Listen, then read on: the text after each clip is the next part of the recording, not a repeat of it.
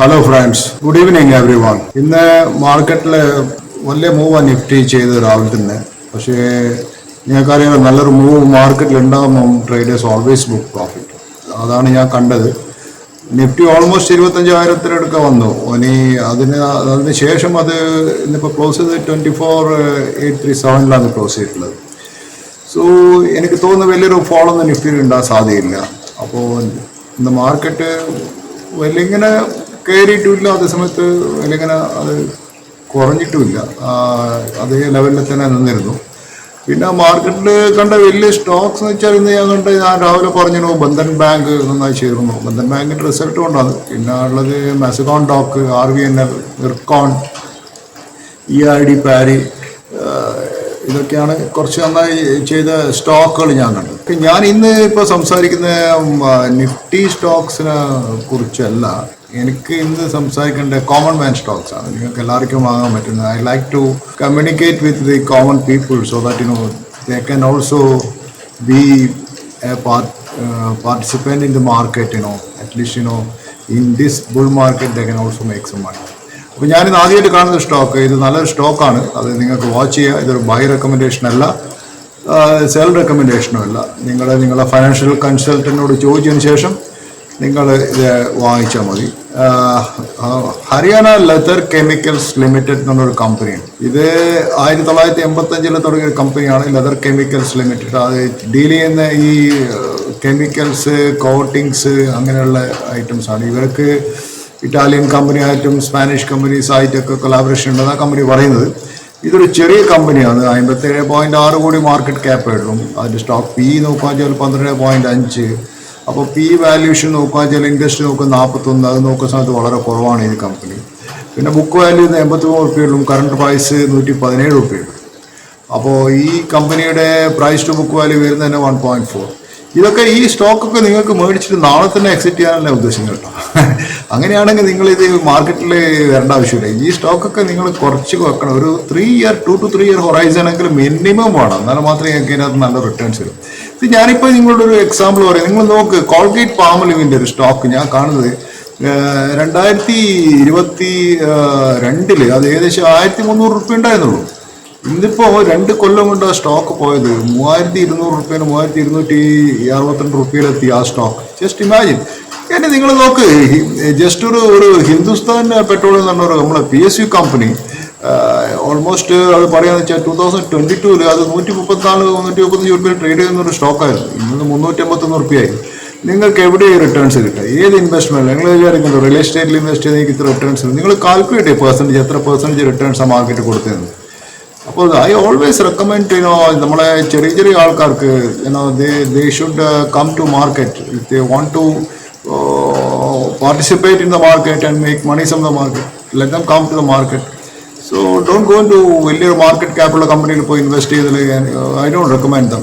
അത് നമുക്ക് പറ്റിയൊരു ഇൻവെസ്റ്റ്മെൻറ്റ് പോളിസി അല്ല എനിക്ക് തോന്നുന്നത്.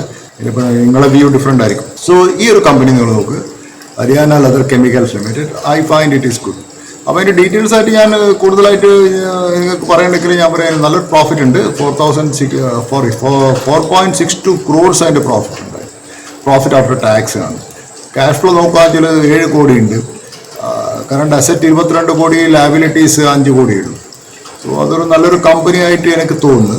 പിന്നെ വേറൊരു കമ്പനി ഞാൻ പറയാം വെച്ചാൽ ഗുജറാത്ത് അംബുജ എക്സ്പോർട്സ് എന്ന കമ്പനി. ഗുജറാത്ത് അംബുജ എക്സ്പോർട്സ് കമ്പനിയെ കുറിച്ച് പറയുന്നതിൽ എനിക്ക് അതിൻ്റെ മുന്നിൽ പറയാനുള്ളൊരു കാര്യം വെച്ചാൽ നിങ്ങളുടെ ഈ ട്രേഡ് ആൻഡ് ഇൻവെസ്റ്റ്മെൻറ്റ് ഹൊറൈസൺ എത്രയാണെന്നുള്ളത് നിങ്ങൾ ആദ്യം തീരുമാനിക്കും.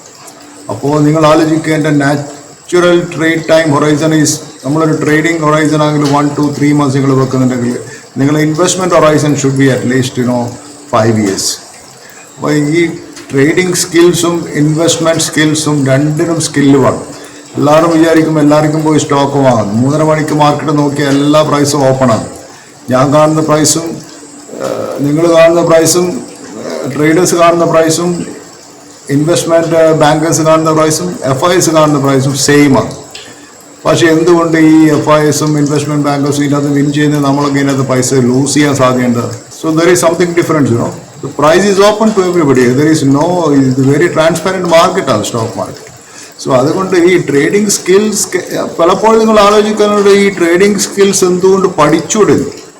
എനിക്ക് പോയിട്ട് ഇങ്ങനെ യൂട്യൂബിൽ കുറേ ഗുരുകൾ ഇപ്പോൾ ഓപ്ഷൻ ട്രേഡേഴ്സ്, ഓപ്ഷൻ ബയേഴ്സ് എന്ന് പറഞ്ഞിട്ട് കുറേ കാണുന്നുണ്ട്.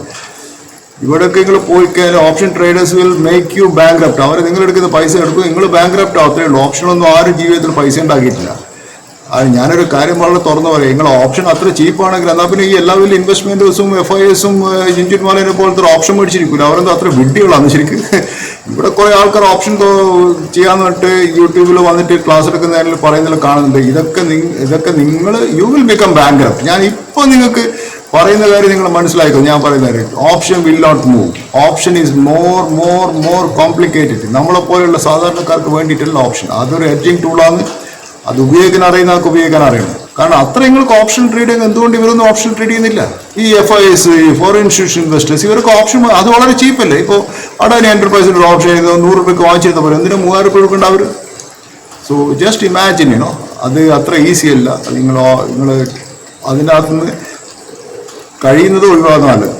സോ ഞാൻ വേറൊരു കാര്യം പറയാം, ഈ ട്രേഡിംഗ് എഗെയിൻ നിങ്ങൾക്ക് പഠിക്കാൻ പറ്റുന്നതാണോ? എൻ്റെ വെച്ചാൽ trading cannot be taught, but it can be learned. അതാണ് ട്രേഡിംഗ് എന്ന് വെച്ചാൽ.